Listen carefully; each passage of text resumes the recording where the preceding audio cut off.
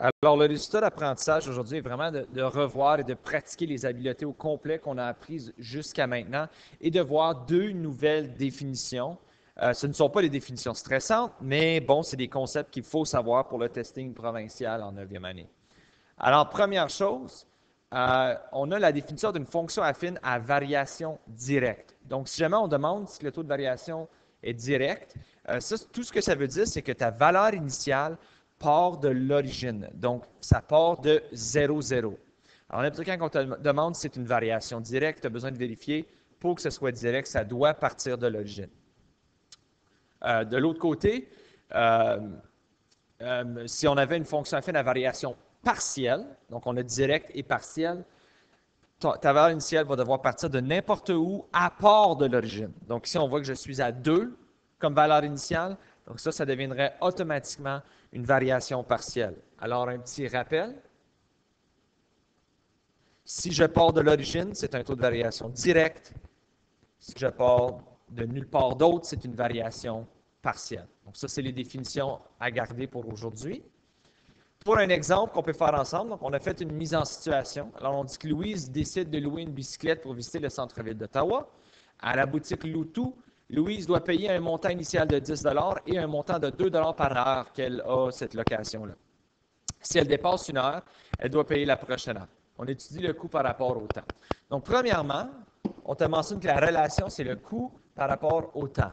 Donc, si on te demande quelle est la variable dépendante, donc entre le coût et le temps, est-ce que le coût dépend du temps ou est-ce que le temps dépend du coût? Ici, évidemment, le coût va dépendre du montant de temps que tu as conduit ta bicyclette.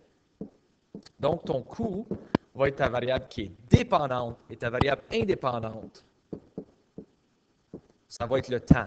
Donc, le nombre d'heures que tu as loué. Right? Ça ne fait pas de différence. Le temps, on vous l'a toujours dit, c'est majoritairement une valeur indépendante parce que le temps existe, peu importe. Le coût va dépendre du montant de temps que tu as loué la bicyclette.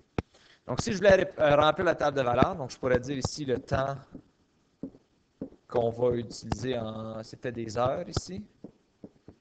Alors, je vais utiliser la variable T pour le temps et le coût qui est en dollars. Je vais utiliser la variable C pour le coût. Donc, on va faire juste 0 heure, 1 heure, 2 heures, 3 heures, 4 heures, 5 heures. Et on va regarder, OK, à 0 heure, OK, je dois payer un montant initial de 10 Donc, à 0 heure, ça me coûte 10 Ensuite, ça me coûte 2 par heure. Donc, je sais que ça augmente de 2 pour chaque 1 heure.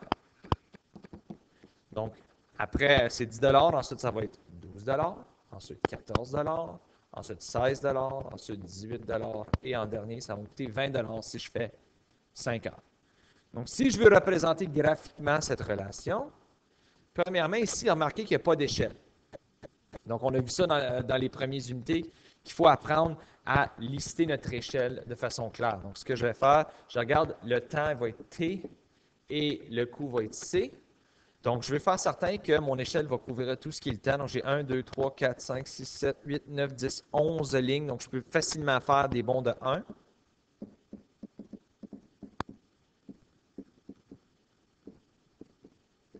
De l'autre côté, je regarde, j'ai 10, 12, 14, 16, 18, 20.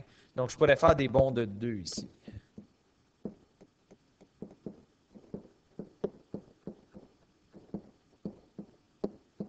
Et voilà. Donc, si je veux tracer ceci, je commence 0, 10. Ensuite, j'ai 1, 12, 2, 14, 3, 16, 4, 18 et 5, 20. Donc, ça, ce serait ma situation ici. Là, la question te demande, as-tu relié les points et pourquoi? Bien, pour savoir est-ce que je peux relier les points, regardez ici l'information. Donc, si elle dépasse 1 heure, elle doit payer la prochaine heure. Donc, nécessairement, je ne peux pas dire que j'ai pris 1 heure et demie de temps et savoir combien. Donc, tout ce qui est entre les lignes ne peut pas être tenu compte dans cette situation ici. Donc, je peux seulement dire que j'ai juste des points et je pourrais continuer les points jusqu'à l'infini dans cette situation-là. Mais on dit ici, c'est très spécifique, si elle dépasse 1 heure, elle doit payer la prochaine heure. Donc, la seconde que j'ai fait plus qu'une heure, il faut que je paye pour 2 heures, qui est 14 $. Je n'ai pas de entre ça qui existe. Parce qu'entre ces deux cases ici, il y a des décimaux. Right? Donc, dans cette situation ici, ça ne fonctionne pas. Donc là, ici, on va dire non, car je ne peux pas réserver 1,5 heures. Ça, c'est rien qu'un exemple. Quel est le taux de variation? Donc, le taux de variation, il ne faut pas oublier, c'est le rythme à laquelle je change. Donc, je regarde ici, plus 2, plus 2, plus 2. Donc, c'est plus 2 $ sur, là, tu regardes le haut, plus 1, plus 1, plus 1 heure. Donc, si je veux simplifier ceci, 2 sur 1, c'est simplement 2 $ par heure qui serait mon taux de variation dans cette situation ici. Donc, 2, j'étais trop loin. 2 $ par heure. Quelle est la valeur initiale de cette situation? Donc, la valeur initiale, c'est toujours au début. Donc, au début, c'est 10 $ ou 10. Et est-ce que c'est une variation directe ou partielle? Donc, on se souvient, direct veut dire je pars de l'origine. Partiel veut dire je pars d'ailleurs que l'origine. Regardez ici, je ne pars pas de l'origine, je pars du 10. Donc, c'est une variation partielle.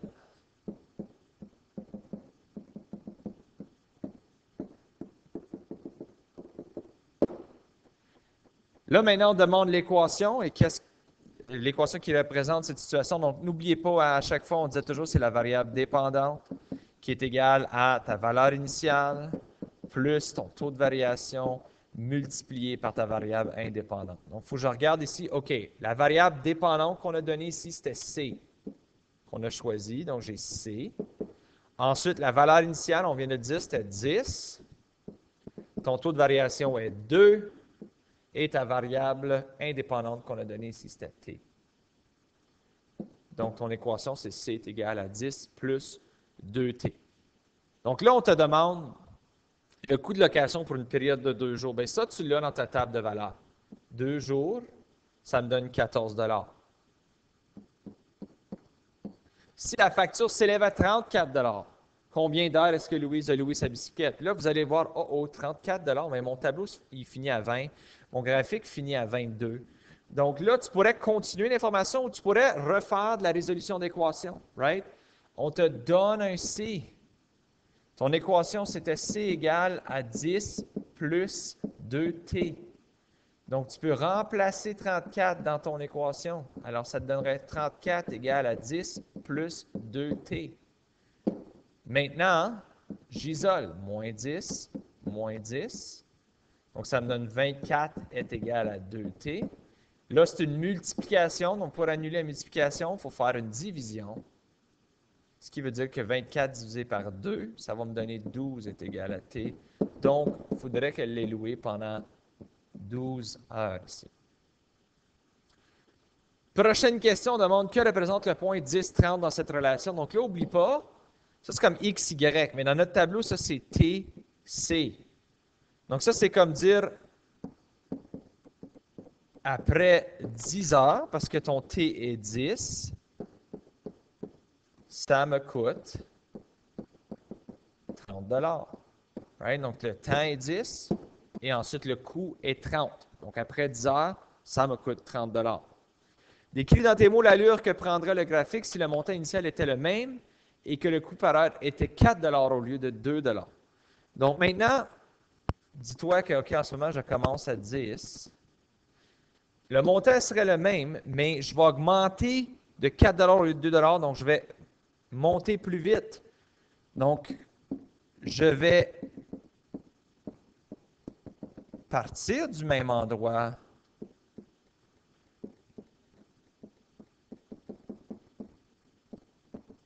Mais je vais augmenter plus rapidement. On pourrait dire plus à pic si vous voulez aussi. Ça fonctionne aussi. Si vous dites à pic, je comprends ce que vous voulez dire. Et en dernier, décris l'allure que prendrait le graphique si le montant initial était de 5 $ au lieu de 10 $ et que le coût par heure était le même. Donc maintenant, En ce moment, on est à 10, ça a l'air à ceci. Maintenant, ce serait, on partirait de 5 au lieu, puis on aurait le même taux. Donc, je vais partir plus bas, mais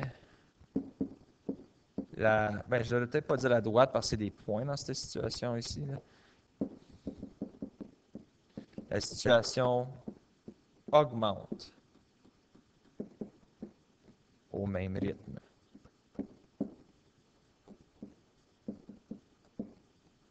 OK. Donc, ceci met fin à la leçon d'aujourd'hui. Si jamais vous avez des questions, n'hésitez pas à communiquer avec moi.